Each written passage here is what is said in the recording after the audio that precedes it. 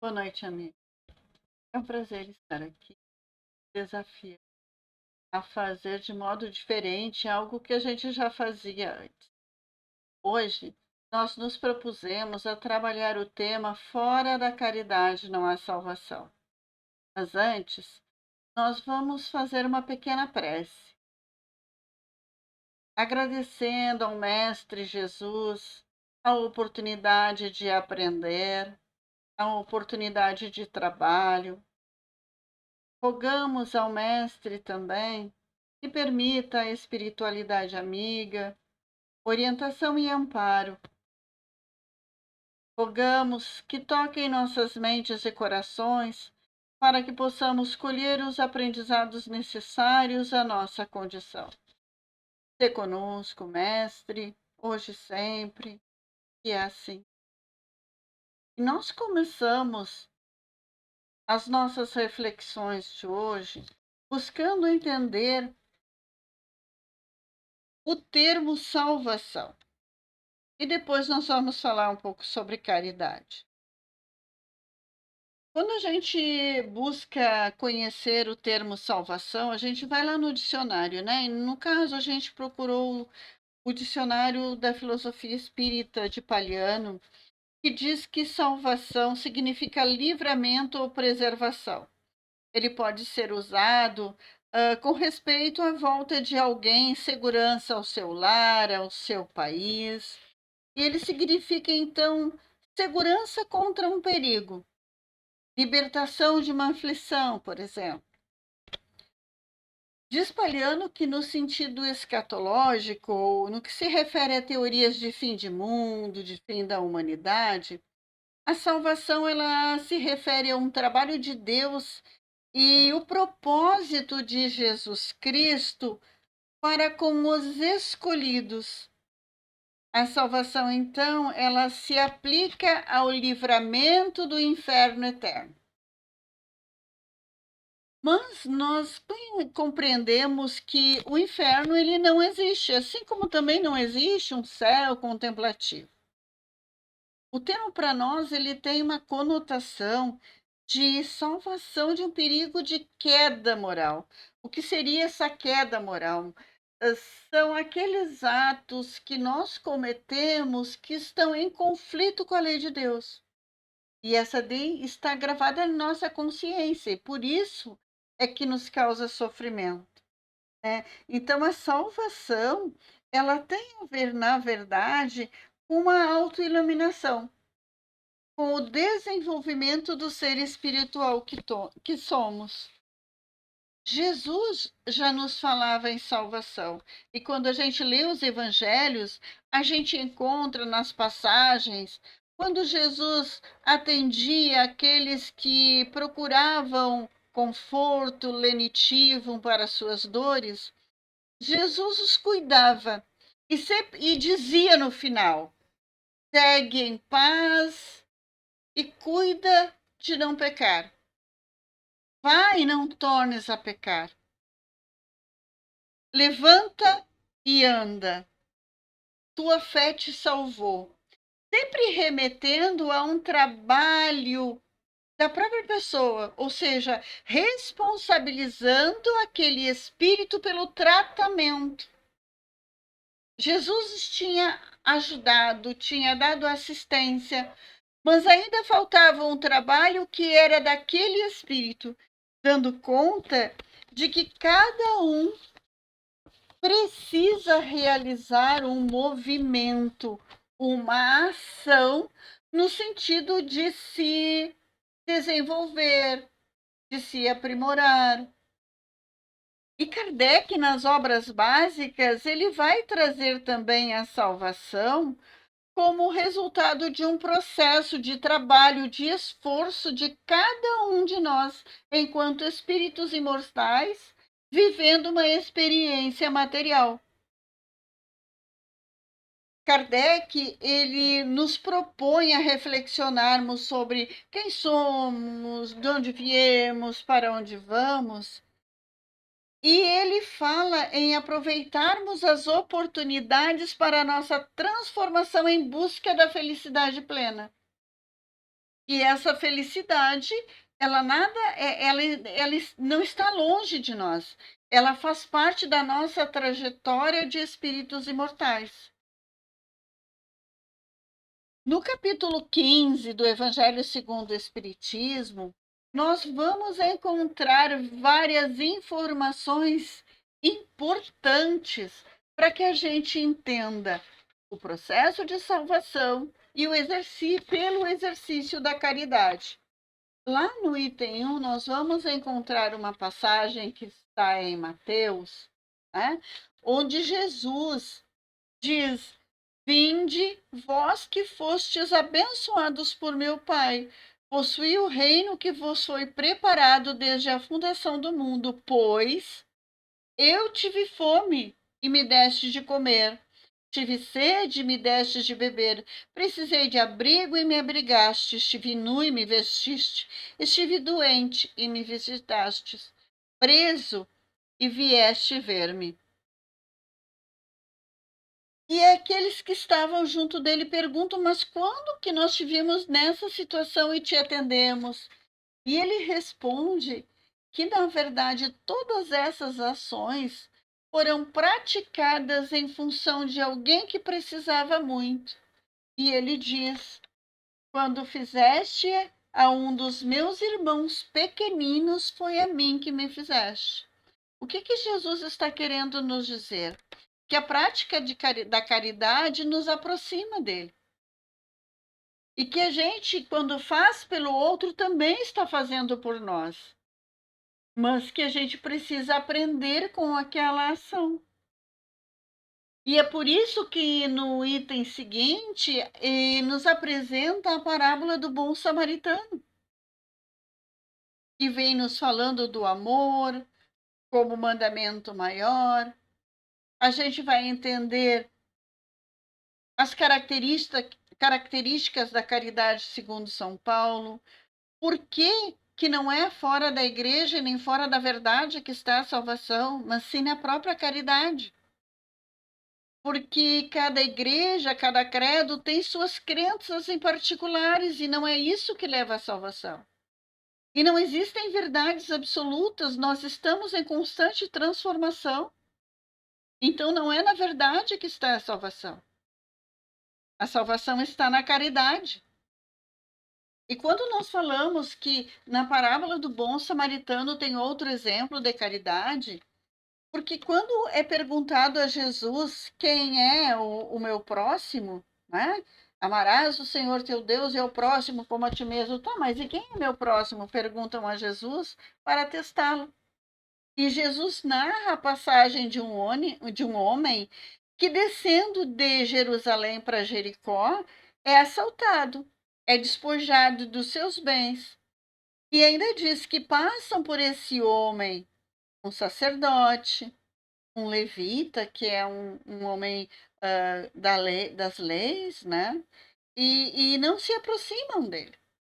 Enquanto que o samaritano, que era alguém que não era bem visto, ele para, se aproxima desse homem, utiliza os recursos que possui, ou seja, óleo e vinho, cuida dele, cuida das suas feridas, o coloca em um cavalo e o leva até uma hospedaria.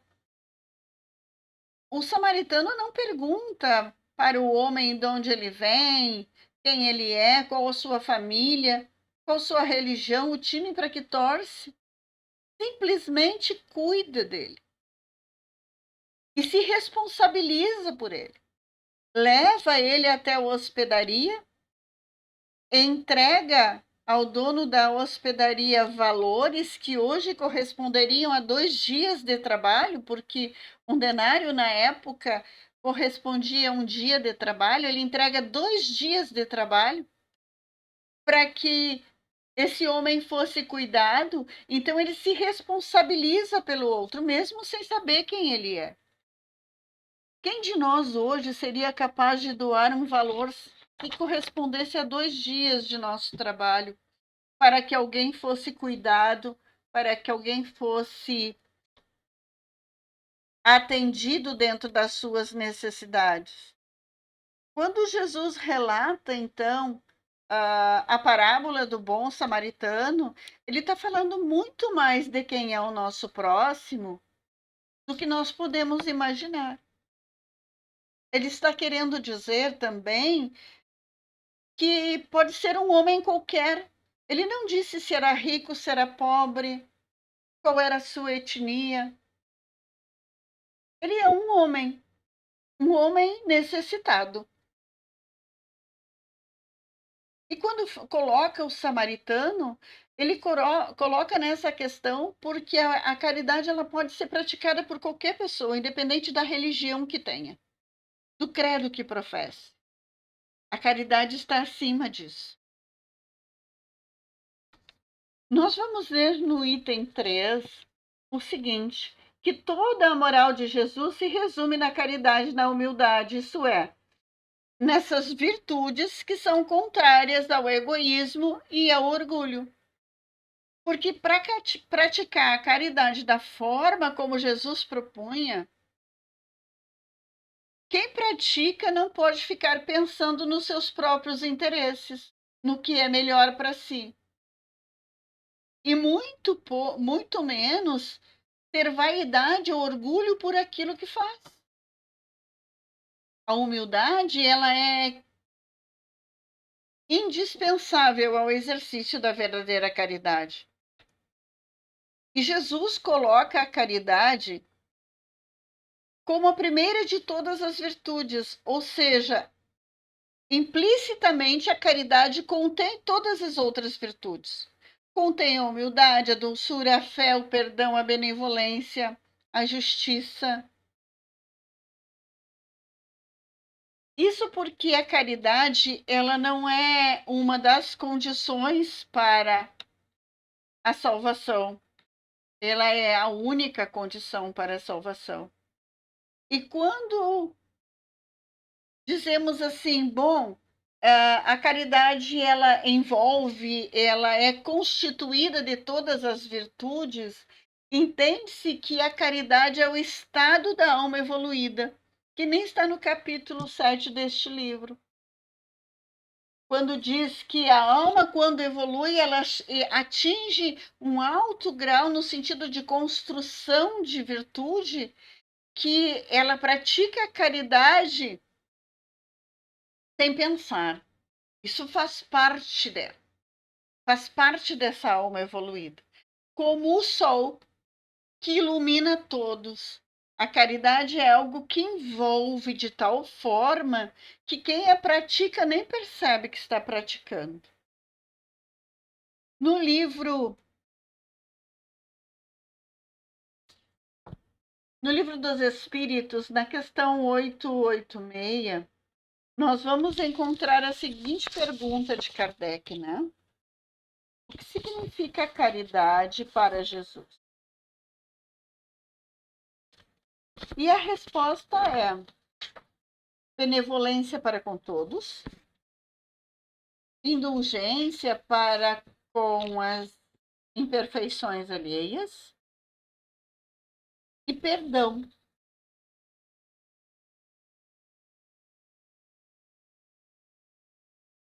Quando a gente fala em benevolência, a gente está falando em bondade, em amabilidade. E para com todos quer dizer que a gente não vai fazer discriminação. Não vai escolher a quem perdoar, a quem, para quem ser bonzinho, com quem ser amável. É com todos indistintamente.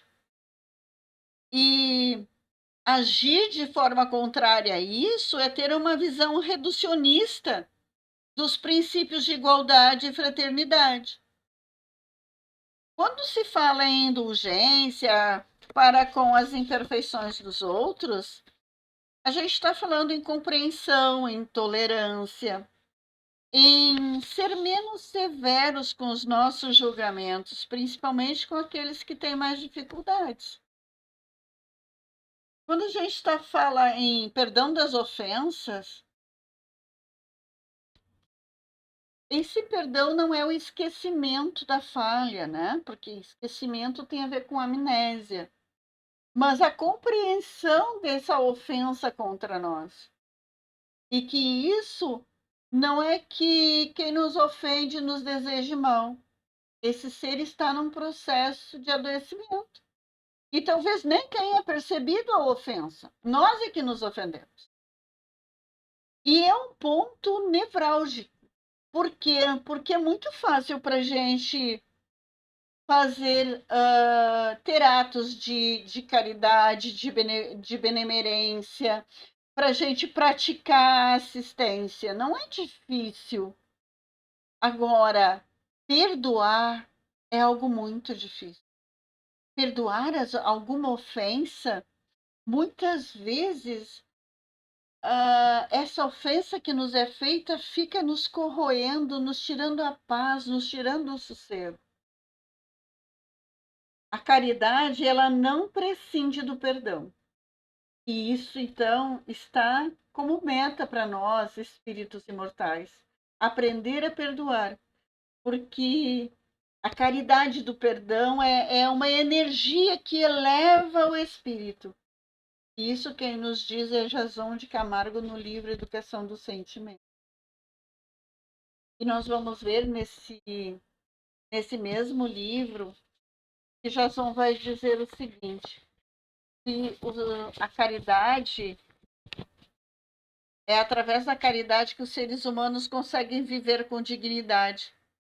E a dignidade, ela é uma fonte motivadora para se continuar vivendo.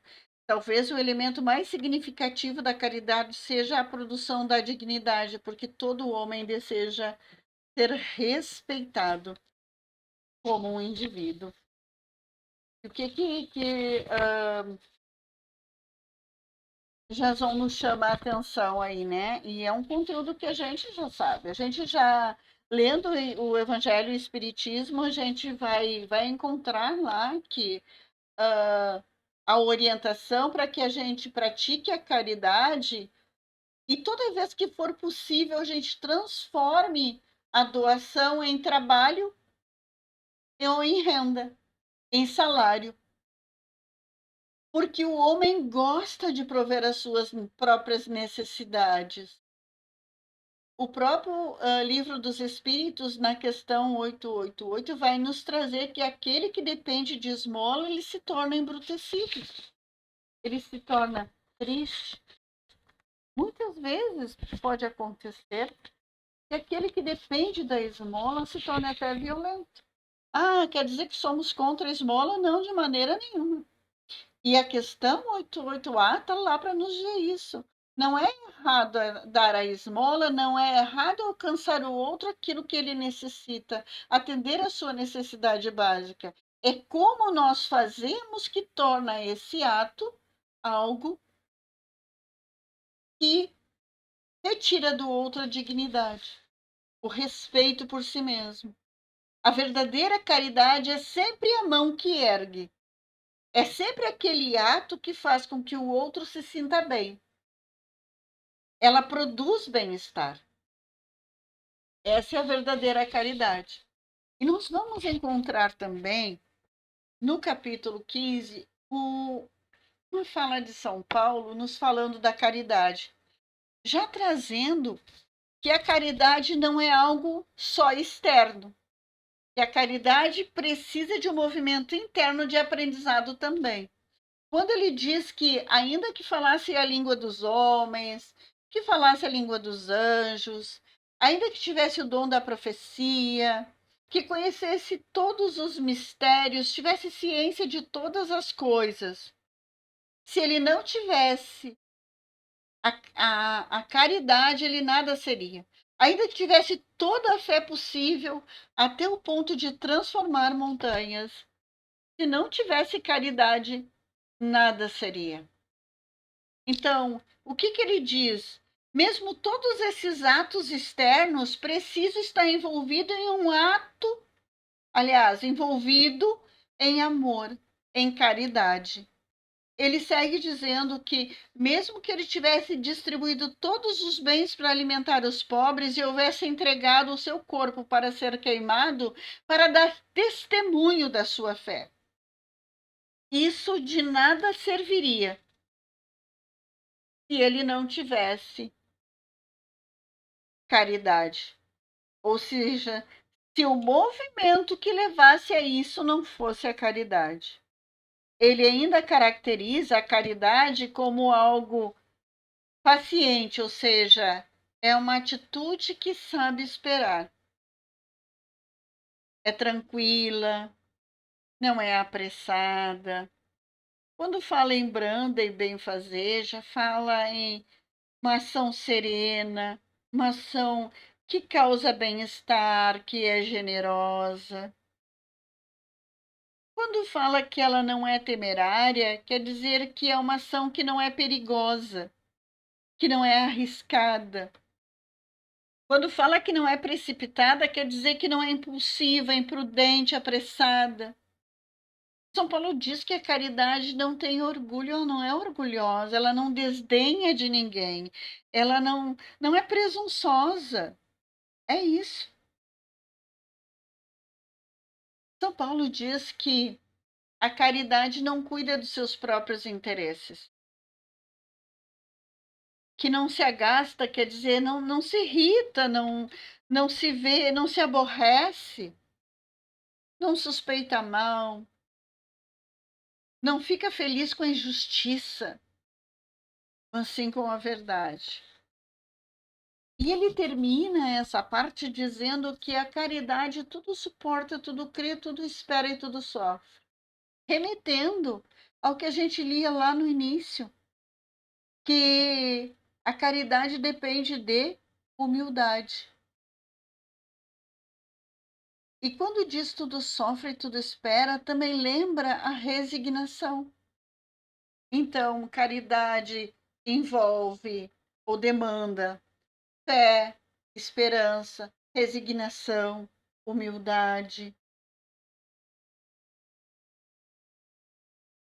E quando ele diz que se não tivesse caridade, nenhum ato externo bastaria, isso quer dizer que a gente precisa de um movimento interior, de transformação interior para chegar nesse nível de caridade.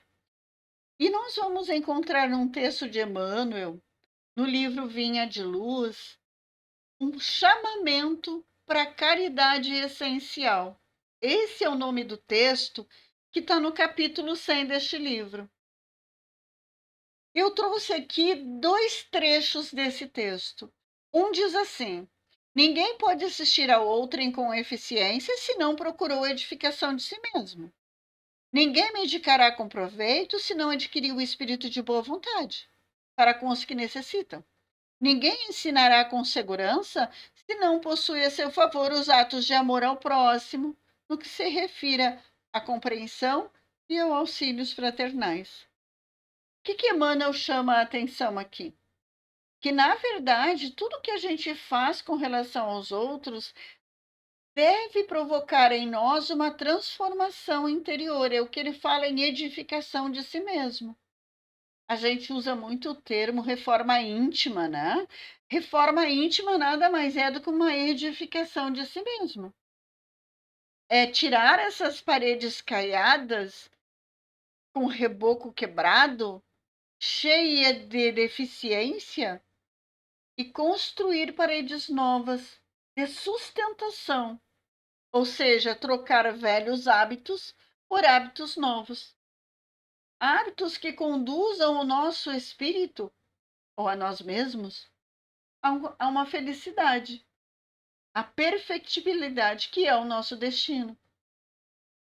Emmanuel diz que a gente precisa, para que exerça um trabalho proveitoso, um espírito de boa vontade. Então a gente tem que ter boa vontade naquilo que faz. Ter atos de amor ao próximo, ou seja, se dedicar ao outro com amor, com afetuosidade.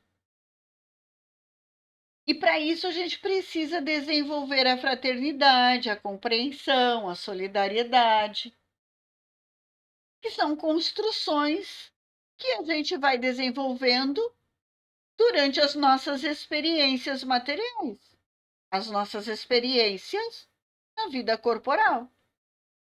Emmanuel segue dizendo que Sem esta, ou seja, sem a caridade essencial, nós podemos levar a efeito grandes serviços externos. Nós podemos alcançar intercessões valiosas em nosso benefício. Podemos espalhar notáveis obras de pedra, mas dentro de nós mesmos, no instante de supremo testemunho na fé, estaremos vazios e desolados na condição de mendigos de luz. Olha o que Emmanuel nos coloca, né?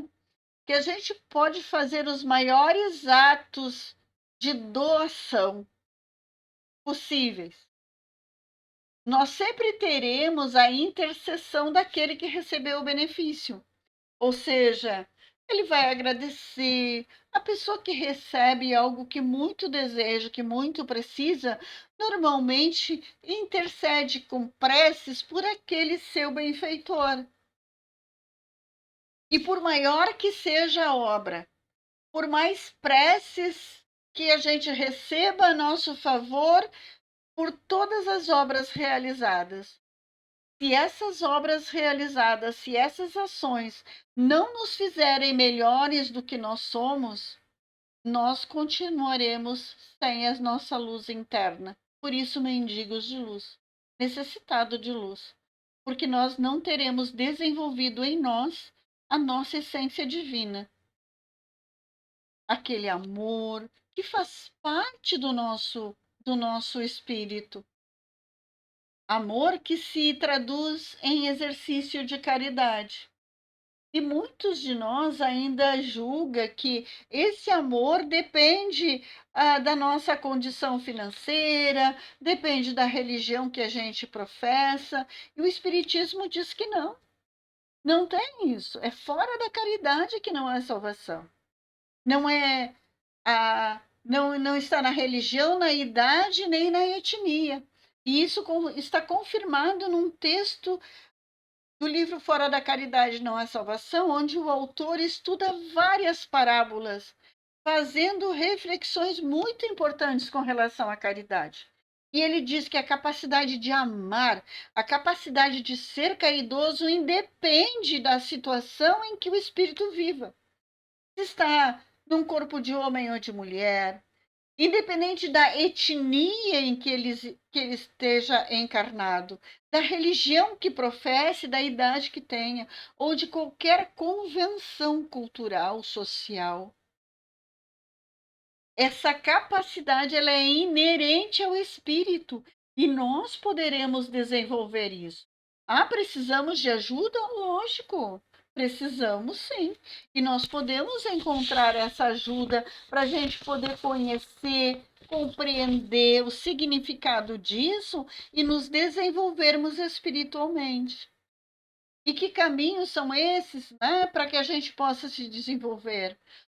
Uma boa leitura, não em qualquer livro que vai nos tirar da tristeza, do sofrimento, ou que vai fazer com que a gente entenda conceitos que são importantes para a nossa vida. Esses livros precisam ter o reconhecimento de alguém que tenha feito uma boa análise da obra. Então, a gente não vai comprar qualquer livro para ler para poder entender caridade, para poder entender a salvação.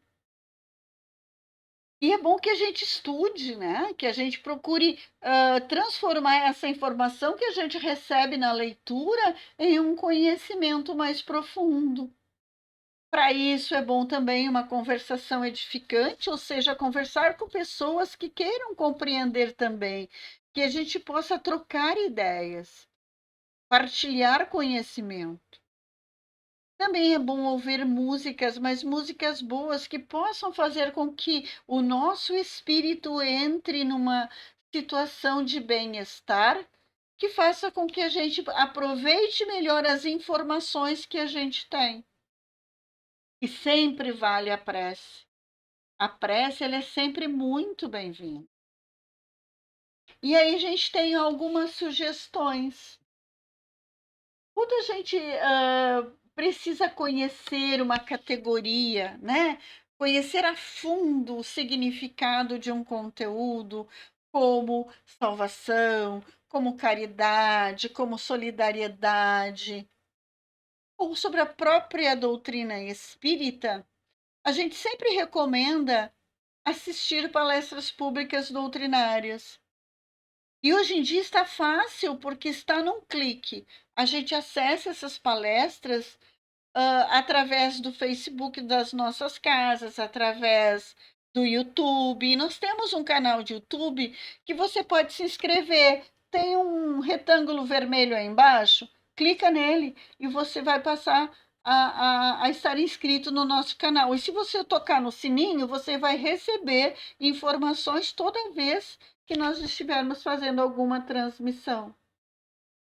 E é sempre bom a gente buscar compreender os nossos sentimentos, principalmente nesses momentos em que nós vivemos atualmente, onde nós temos dificuldades para entender o que está acontecendo e o que a gente pode fazer em favor do outro diante de tantas dificuldades e diante de um contexto de tanta insegurança.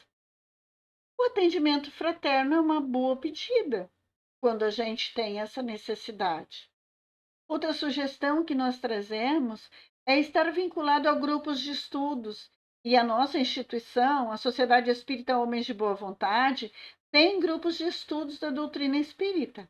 E tem também um curso introdutório ao Espiritismo, onde se propõe a conversar sobre o Espiritismo, como o Espiritismo entende a questão da morte, do sofrimento, do suicídio, de todas essas questões que nós vivemos na sociedade, como violência. Por que que o espiritismo é tido como ciência e filosofia? Se você está interessado, busque saber aonde se inscrever. Nós esperamos por você. Isso porque hoje a gente falou sobre caridade, sobre salvação, mas são coisas que não se esgotam numa palestra e muitas vezes nem na leitura de um livro. A gente precisa aprofundar esse conhecimento para entender como é que nós vamos fazer brilhar em nós essa luz que está escondida, que está guardada. E aí eu vou trazer aqui mais, para finalizar, mais uma obra. A obra se chama O Amor Pede Passagem. E eu estou trazendo aqui parte do último texto desta obra, do último capítulo. Alberto Almeida fala do amor nas suas mais diversas formas nessa obra. E no final, de forma muito poética, ele diz que o espírito, durante as suas muitas existências, vai tecendo as virtudes em formas de amor. Então, ele tece o amor humildade, o amor pranto, o amor brandura, justiça e misericórdia, pureza, pacificação, devotamento, amor renúncia e sacrifício. E diz Alberto Almeida que depois que o Espírito teceu todas essas vestes, ele se cobre do manto mais lindo, do seu manto de gala, que é a caridade. É quando o Espírito, então, faz reluzir, faz brilhar a sua verdadeira luz. E assim, amigos, nos conduzindo para o fim deste momento de reflexão, convido vocês a me acompanharem numa prece. Deus de infinita bondade, rogamos que suavize o amargor da posição em que nos encontramos. Se assim for da tua vontade, bons espíritos, em nome de Deus, vos suplicamos que nos assistam nas aflições. Se não pudermos ser poupados, fazei com que compreendamos que são necessárias ao nosso progresso. Dai-nos confiança em Deus e no futuro, que nos tornará menos amargurados, menos sofridos. Dai-nos também força para não sucumbirmos ao desespero, o que nos faria perder o fruto do nosso sofrimento e tornaria ainda mais penosa a nossa situação. Encaminhai para nós pensamentos de encorajamento e fé, a fim de que possamos nos manter corajosos e perseverantes diante dos desafios da vida. Orientem nosso pensar e agir para que possamos tecer nossas vestes, essas vestes que são necessárias para a nossa evolução, mas que estamos tão necessitadas de orientação nesse estágio evolutivo que nos encontramos.